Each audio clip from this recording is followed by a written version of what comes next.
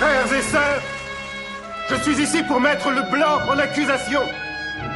J'accuse le blanc d'être le plus grand assassin sur cette terre. J'accuse le blanc d'être le plus grand kidnappeur sur cette terre. Nulle part en ce monde où il est passé, le blanc peut dire qu'il a créé la paix et l'harmonie. Partout où il est passé, il a semé le chaos. Partout où il est passé, il a semé la destruction. C'est pourquoi je l'accuse. Je l'accuse d'être le plus grand kidnappeur sur cette terre. Je l'accuse d'être le plus grand assassin sur cette terre. Je l'accuse d'être le plus grand voleur, le plus grand esclavagiste sur cette terre. J'accuse le blanc d'être le plus grand mangeur de porc sur cette terre. Le plus grand ivrogne sur cette terre. Il ne peut nier ces accusations. Vous non plus, vous ne pouvez nier ces accusations. Nous sommes la preuve vivante de ces accusations. Vous en êtes la preuve vivante. Tu n'es pas américain, tu n'es qu'une victime de l'Amérique.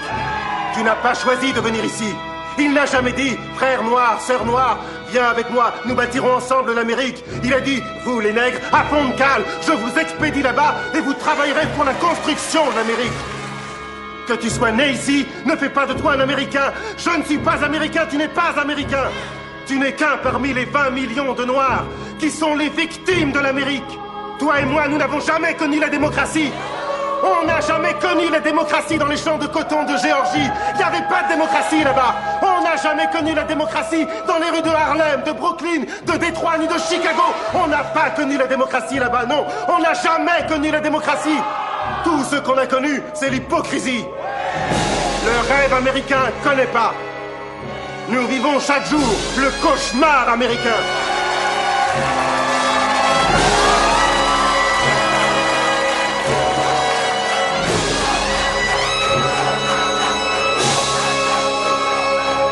Assalamu alaikum. Alors, comme dit dans l'annonce de mercredi, nous allons commencer notre vidéo sur Malcolm X.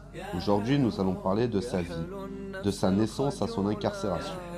Nous allons vous lire des extraits de son autobiographie en collaboration avec l'écrivain Alex Haley. Malcolm X, né Little, est né le 19 mai 1925 à Omaha dans le Nebraska. Il est le fils de Earl et Louise Little.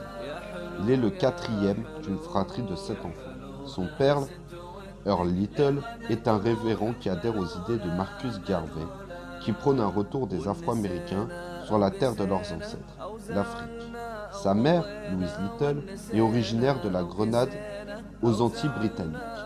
Sa mère, la grand-mère de Malcolm X, avait été violée par un homme blanc. Et sa fille, la mère de Malcolm X, a haï son teint clair.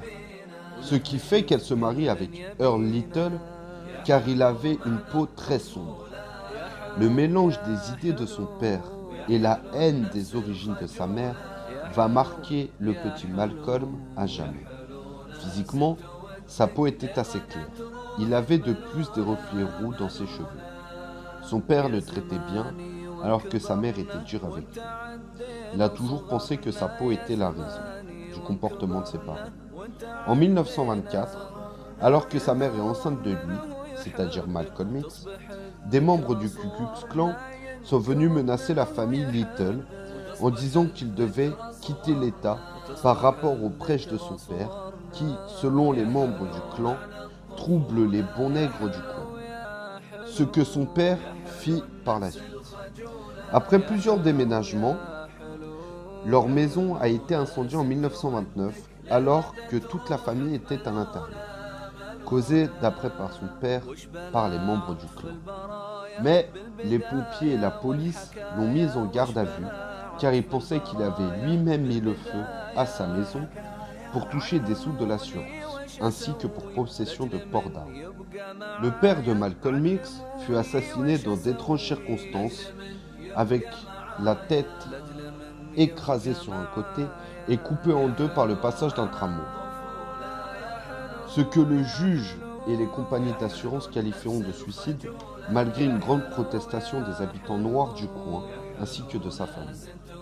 Le décès de son mari, ainsi que la charge de sa famille, fit tomber Louise Little en dépression. Une extrême pauvreté se rajouta à cela d'ailleurs. Malcolm X en parle de cette manière dans son autobiographie. Puis, fin 1934, je crois, il se passa quelque chose. La famille s'était détériorée psychologiquement. Notre fierté avait été minée peu à peu parce que nous avions la preuve quotidienne et tangible que nous étions des indigents. Nous avions connu d'autres familles miséreuses, sans que personne chez nous ne l'ait jamais dit explicitement. Nous avions été fiers de ne pas prendre part aux distributions gratuites de vivres. Et maintenant, nous y allions comme les autres. À l'école, on nous montrait quelquefois du doigt. Nous étions les assistés.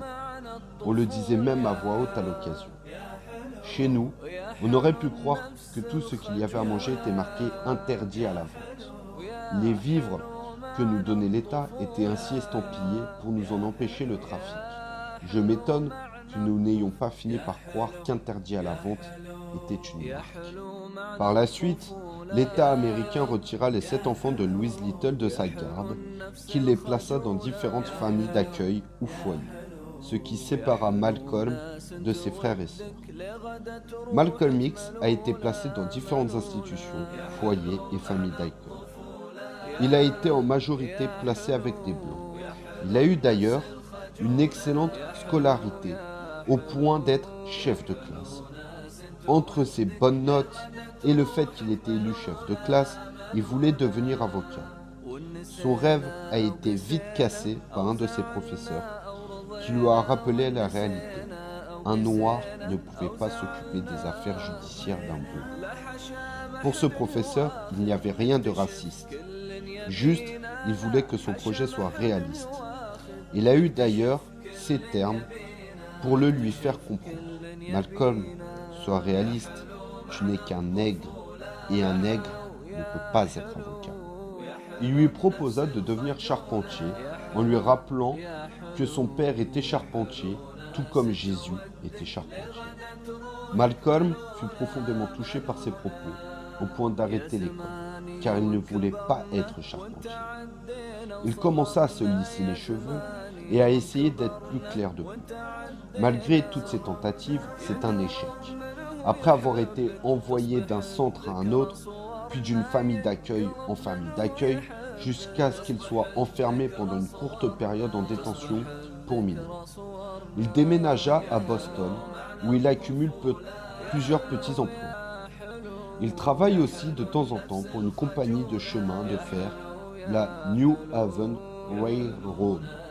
À partir de 1942, Malcolm fait partie de la pègre bostonienne.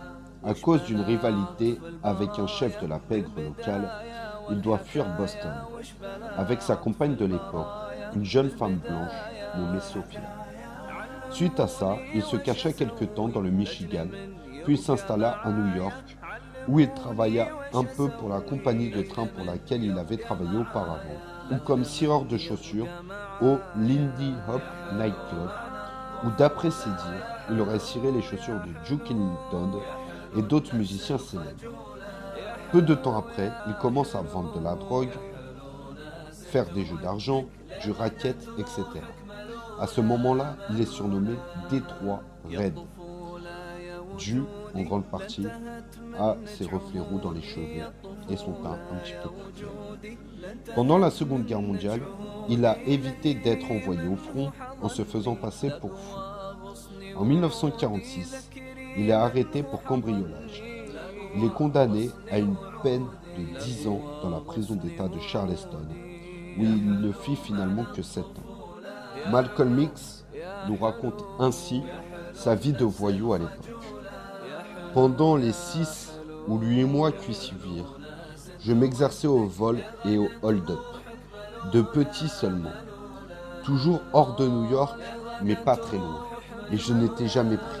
Comme les professionnels, je me mettais en forme avec des fortes doses de cam. Je commençais par la cocaïne que m'avait recommandé un certain Samy.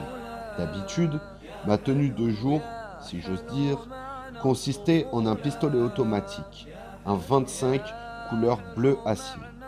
Si petit et si plat qu'on ne le remarquait pas. Mais pour le travail, je préférais un 32, un 38 ou un 45. C'est ainsi que j'avais vu des paires d'yeux écarquillés fixer le grand trou noir, des visages s'affaisser et des mâchoires se desserrer quand je parlais Les gens avaient l'air de m'écouter, de très loin, et ils faisaient tout ce que je leur disais. Entre deux coups, je me bourrais de calme pour ne pas être énervé. Ainsi, comme vous avez pu le remarquer, Malcolm, en plus de son parcours de voyou, était un toxicomane et un alcoolique. Donc, le début de son incarcération était très difficile en vue de sa dépendance.